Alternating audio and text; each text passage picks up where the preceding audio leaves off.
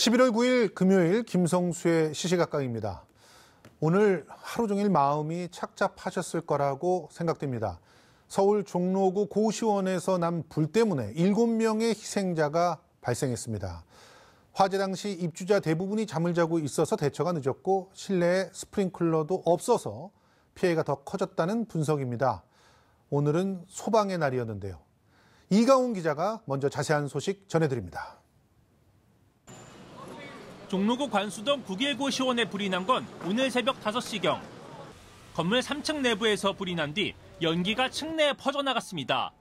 3층에 한 층, 저 식구 간판 탔는데. 3층 간판에 타고 있던 건 맞군요. 구멍 난 데는 다 연기 났지 뭐. 구조대가 진입해 안에 있던 18명을 밖으로 빼냈는데 연기를 마신 사람이 많아 사망자가 여러 명 나왔습니다. 17명을 병원으로 이송을 했고요.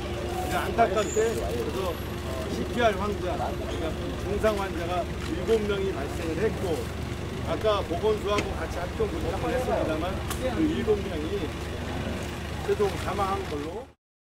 목숨을 건진 11명 중 10명은 서울대병원 등 곳곳의 병원에서 치료를 받고 있습니다. 사상자 대부분은 40대 이상의 생계형 일용직 노동자로 이들은 화재 당시 각자의 방에서 잠을 자고 있었습니다. 내부에 스프링클러가 없어 피해가 더 컸다는 지적에 소방당국은 해당 건물이 30년이 넘은 노후 건물이어서 스프링클러 의무 설치 대상에서 빠져 있다고 설명했습니다. 현장을 찾은 관계당국과 정치권 인사들은 소방의 날 새벽에 일어난 참사에 안타까움을 표하고 유사사고 방지를 주문했습니다. 시원과 같은 일종의 쪽방촌과 같은 곳에 대한 화재 대책이 사실 제대로 서지 않은 것이 사실입니다. 그러니까 저소득층 주거 밀집 지역에 대한 화재 예방 대책. 한편 종로소방서는 내일 오전 10시부터 유관기관 합동 감식을 벌이고 정확한 발화 지점과 사고 원인을 조사할 예정입니다. TBS 이강훈입니다. 서울 종로구 고시원에서 난 불로 7명의 희생자가 또 발생했는데요. 이번 화재 왜 이렇게 피해가 컸는지, 이를 계기로 우리가 되돌아봐야 할 점은 무엇인지 열린사이버대학 소방방재안전학과의 함은구 교수와 전화 연결되어 있습니다. 자세한 내용 짚어보도록 하겠습니다. 저 교수님 나와 계시죠? 네, 안녕하십니까. 함은구입니다. 예. 현재까지 파악된 피해가 사망자 7명, 부상자 11명입니다. 특히 네. 최초 화재가 발생한 3층에 피해가 집중됐었는데요. 인명피해가 이렇게 큰 이유, 어디에 있다고 보십니까? 네, 일단 저도 방송으로 봤었는데요. 예. 일단 화재가 추정되는 장소가 바로 계단 있는 입구에서 화재가 발생한 것으로 이렇게 알려져 있습니다. 예. 결국 피난을 할 수 있는 유일한 동선인 출입구 부분에서 예. 화재가 발생함으로써 예. 인명피해가 컸다라고 생각이 들고요. 예. 지금 이 고시원이라는 공간 자체가 예. 사실은 여러 가지 화재 취약점이 굉장히 큰 시설이기 때문에 예. 결과적으로 이러한 인명피해가 크게 발생했다라고 판단을 하고 있습니다. 비상구가 하나밖에 없는데 비상구 옆에서 불이 나서 네네. 탈출하려고 해도 탈출할 수 없었다, 이런 지적이신데, 당시 출동했던 소방 관계자들의 인터뷰를 보니까 도착했을 때는 네네. 현장에서 진화하기가 굉장히 어려웠던 상황이다. 화재가 네네. 심해서 인명피해가 우려돼 대응 1단계를 발령했다, 이렇게 얘기했는데, 이 정도면 어느 정도의 상황인지, 그리고 또 신고가 늦어서 피해가 커졌다는 분석도 있었는데 그건 또 어떤 내용인지 좀 듣고 싶습니다. 일단 대응 1단계라고 하는 것은 예. 실제 소방에서 대응 1단계는 관할 소방서가 한 3곳 정도 예. 출동하는 그 정도의 단계라고 할 수 있고요. 예. 요게 2단계, 3단계로 갈수록 이제 점점 규모가 커지는 그런 형태라고 말씀을 드릴 수가 있겠습니다. 자, 근데 사실은 우리가 이런 화재가 발생하면 이제 소방대가 출동하는 이런 부분들에 많이 이제 논의에 초점이 되고 있는데, 예. 사실 지금 같은 케이스는 예. 화재가 발생하면 거의 5분 안에 유독가스에 의해서 사망자가 발생을 하는 예. 그러한 케이스라고 말씀을 드릴 수가 있겠습니다. 그래서 사실 소방대가 굉장히 빨리 도착을 한다 하더라도 예. 인명피해를 줄이기는 역부족이었을 것이다라고 판단을 하고 있고요. 예. 앞서 말씀드린 대로 이 광역 단계 1단계 수준으로도 사실은 충분히 화재를 진압할 수 있는 그 정도의 규모였다라고 저는 개인적으로 판단을 하고 있습니다. 네. 자, 그러니까 지금 안타까운 게 아니 이미 도착을 하면 5분 안에 사망자가 발생하는 그런 사고가 벌어진단 말이에요. 그러니까 이 건물 자체에 비상벨이 제대로 달려 있고 또 완강기가 제대로 달려 있었다면 이 비상구 하나밖에 없으면 완강기가 필수적으로 있어야 되는 거 아닙니까? 그런데 지금 목격자들이 비상벨 울리지 않았다. 그래서 자고 있었다, 사람들이. 또 탈출용 완강기를 이 사망자들이 제대로 사용을 할 수 없었다. 이런 얘기가 나오고 있어요. 그럼 화재 시설들이 왜 이렇게 무력한 것인지 참 안타깝다는 생각이 들지 않습니까? 네네네. 지금 말씀해 주신 대로 사실 이 고시원이라는 공간은 다중이용시설임에도 불구하고 이제 사실 숙박의 의미가 포함되어 있지 않습니까? 그렇죠. 사실 그 사건도 시간도 새벽 5시경으로 추정이 되고 있는데 예. 그러니까 대부분의 사람들이 이제 비각성 상태인 거죠. 그렇습니다.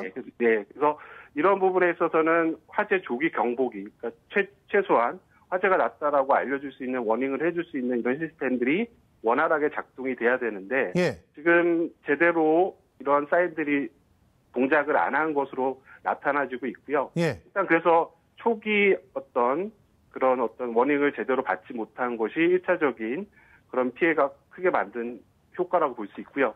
지금 말씀해 주신 이제 완강기 같은 경우에도 사실 앞서 말씀드린 대로 주 출입구가 결국 비상구가 돼야 되는 형태인데 거기가 무력화돼 있고 또 완강기라고 하는 것은 결국 이제 양방향 피난을 가능하도록 만드는 어떤 구조적인 소방 설비인데요. 맞습니다. 이 완강기라는 것을 사실은 그 일반적인 젊은 친구들도 빨리 이 착용을 해서 탈출하기는 굉장히 어렵습니다. 아하.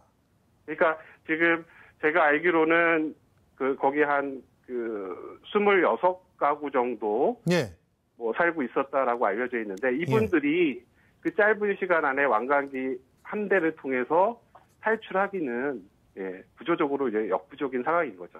네. 아니 그렇다고 한다면 이 사고가 난 건물이 1983년에 지어진 노후 건물이니까 스프링클러 의무 조항이 들어가 있지 않다라고 하더라도 건물의 특성이 사람들이 잠을 자는 곳 아닙니까? 그러면 여기에 이 면적 따지고 뭐 옛날에 지어져 있으니까 그거 뭐 넘어가고 이러지 말고 최소한 간이 스프링클러라도 이렇게 설치하도록 어떻게 좀 지원이라도 해서 의무 규정 두고 지원이라도 해서라도 설치를 해야 됐던 게 아닌가 이런 생각이 들거든요. 네네네 맞습니다.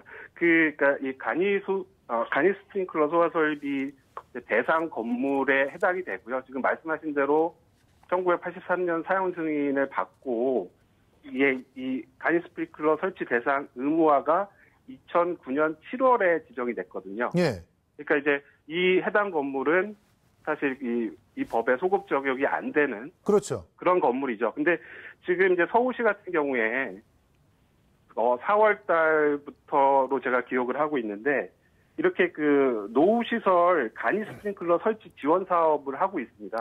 서울시에서 이제 예산을 들여서 신청을 하게 되면 간이 스프링클러 설비를 설치할 수 있도록 이렇게 지원을 해주고 있는데 이런 부분들이 뭐 제대로 홍보가 됐는지 홍보가 됐더라도 사실 이제 이 간이 스프링클러는 수도관에 상수도관에 직결시켜서 사용하는 소방 설비거든요.